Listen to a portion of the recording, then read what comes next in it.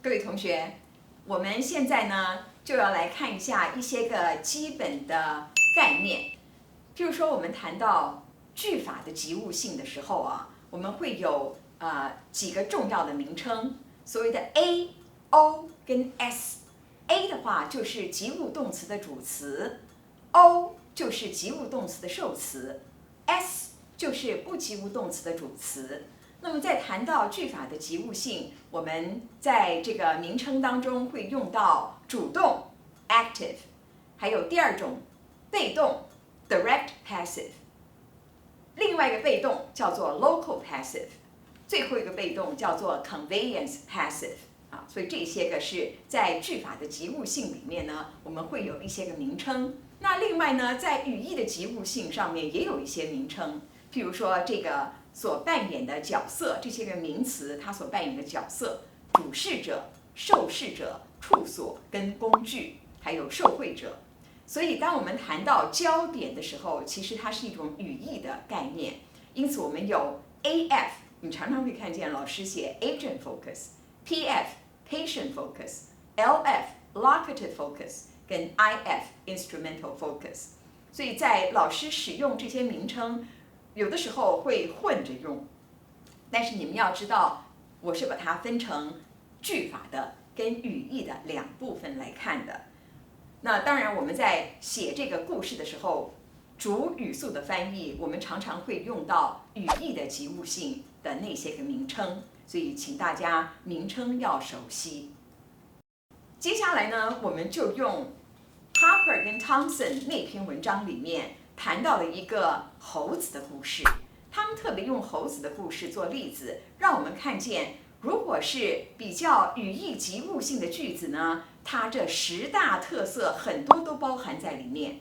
如果是语义没有那么及物的话，是属于背景的句子，那么它有哪一些个特色会包含在里面？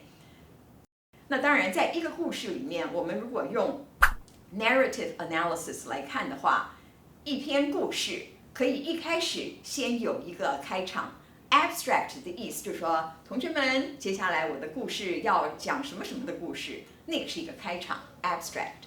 然后呢，开始 orientation 铺陈，很久很久以前有一个什么什么，那是一个 orientation。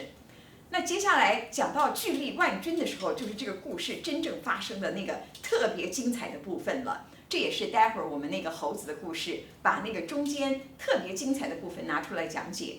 当然，在精彩之后呢，高潮之后呢，就要开始对于整件事情冷静下来，仔细分析一下。这就是所谓的 evaluation， 剧情发展分析。那每一个故事，它这个爱恨情仇，最后一定要有个结局嘛，对不对？最后要来个 resolution 结果。结果完了呢，不能就这样子就结束了，还要再让它冷却一下，所以要来一个 coda， 有一个收尾，让你讲整件事情，把它尘埃落定。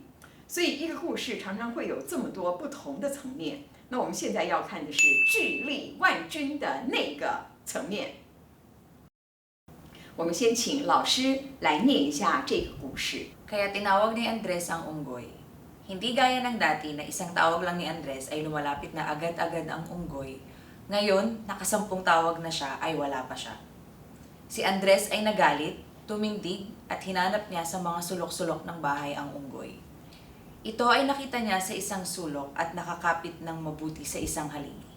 Tinawag niya at kanyang pinaalis sa sulok, datapwat ang unggoy ay ayaw umalis doon kahit na ano ang gawin sa kanya. Dahil dito, tinawag niya ang pari upang ito ay doon tingnan sa sulok ang alaga niyang unggoy. Malapit ng pari, ang unggoy ay nanginig sa takot. Nagkaroon ng hinala ang pari na ang unggoy na iyon ay isang demonyo.